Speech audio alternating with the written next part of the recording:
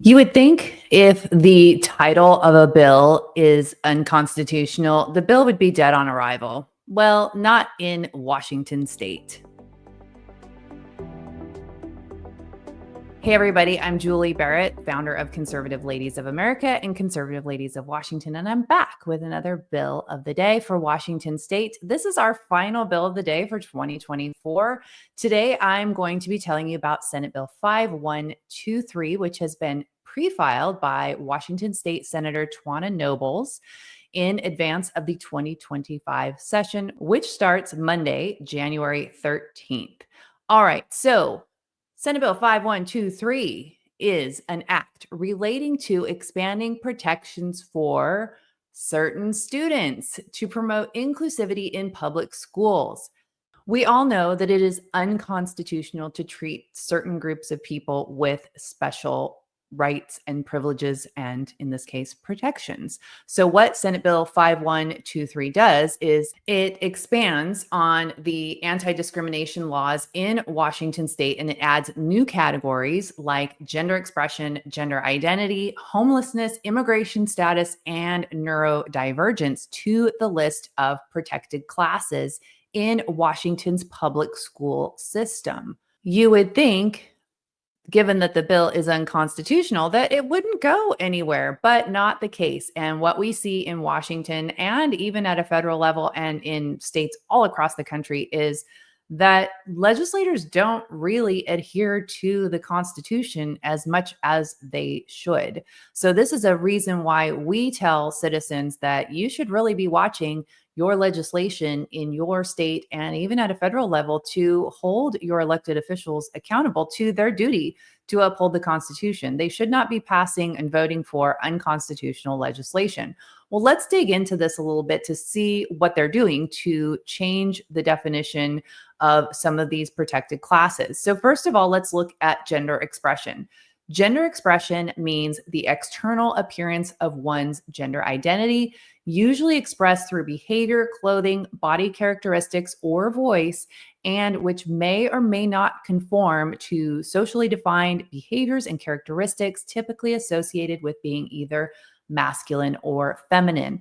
Now, I'm a mother of four. I've raised four children. If you're a parent, you probably have a pretty good idea of how kids can change their clothing ideas and their expressions of who they are depending on the day. It doesn't change who they are, it doesn't change their identity. And so, this is a very broad definition, which is very problematic. And we're talking about kids, we're talking about minor children.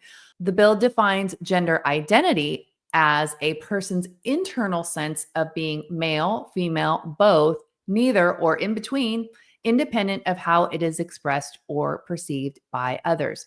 Now, again, we're talking about children. Children are, going whichever way the wind blows, whichever way their friends are going, what's trending on TikTok. It can be different from day to day. So, this is going to be very problematic for teachers and staff in the school system. It's going to be like whatever any kid deems they feel on any given day, that's going to be the definition. Now, I'm not surprised to see immigration status included in this bill. If you are a Washington resident or you pay any attention to Washington state politics or news, you've probably seen Bob Ferguson and the Washington state Democrats, who are very committed to opposing Trump on his immigration policies, and he's made claims of deportation. And they have promised that they are going to fight back against that Washington's going to be a sanctuary state. So, including immigration status in this bill is really no surprise.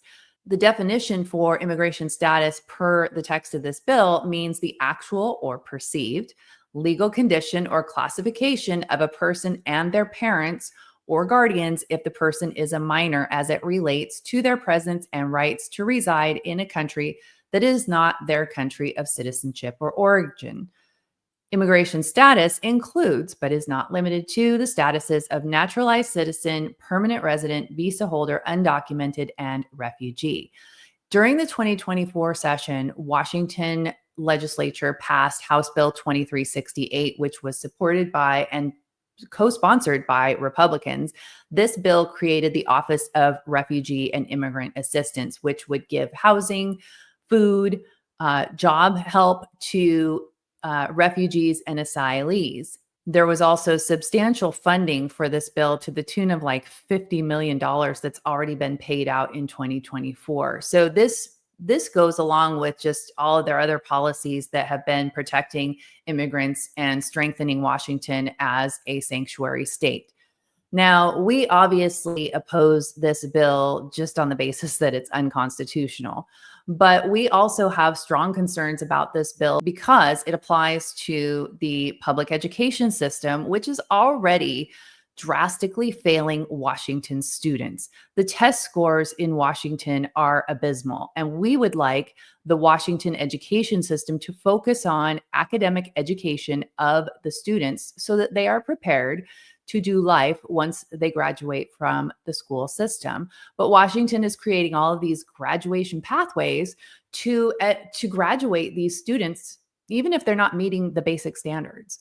We believe that the emphasis should be on education rather than making new unconstitutional laws granting special protections for special groups of people. Our Constitution allows for equal protection of all Americans, of all students. We don't need to be separating them into special classes. We just shouldn't discriminate for any reason. Additionally, we're concerned about how this will further erode the parental rights and family unit in Washington state.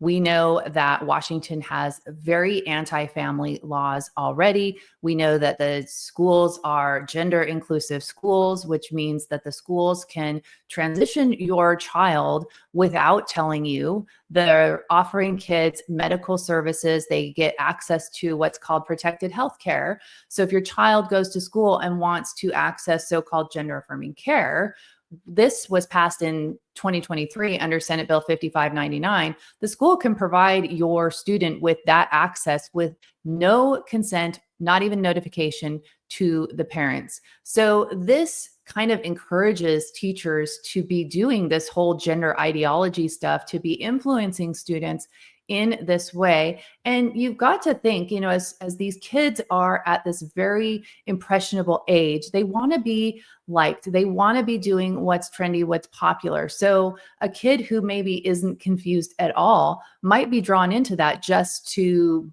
feel popular or have social status with their peers or their teachers. This is a huge concern, and it takes Washington further down the road to this gender madness, and we will vehemently oppose it once it comes up in session for a public hearing. And we encourage you to oppose it as well. There's a lot of ways that you will be able to speak out against it. Write in your comments, even if the least you can do is a 30-second sign in to voice your opposition. That helps a lot to let the legislators know how you feel. Now, is it going to make a difference? Are they still going to do what they want to do? Yes, of course they are, which is what we talk about here all the time. But we believe that it is the duty of the citizens to speak up and let them know that we do not want this passed, and don't let them do this in the dark. The best you can do is make a lot of noise and frustrate the process. Don't make this easy for them. So we hope that you will speak up. Please make sure that you have subscribed to the channel. Make sure you've turned the notifications on, because a lot of our videos, once the session gets started, will be time sensitive and you won't want to miss them, because we'll have a call to action. We're going to tell you what you can do to speak up and make your voice heard. So thanks for watching. Please make sure you like and share the video with all of your Washington friends, and I look forward to chatting with you again next time.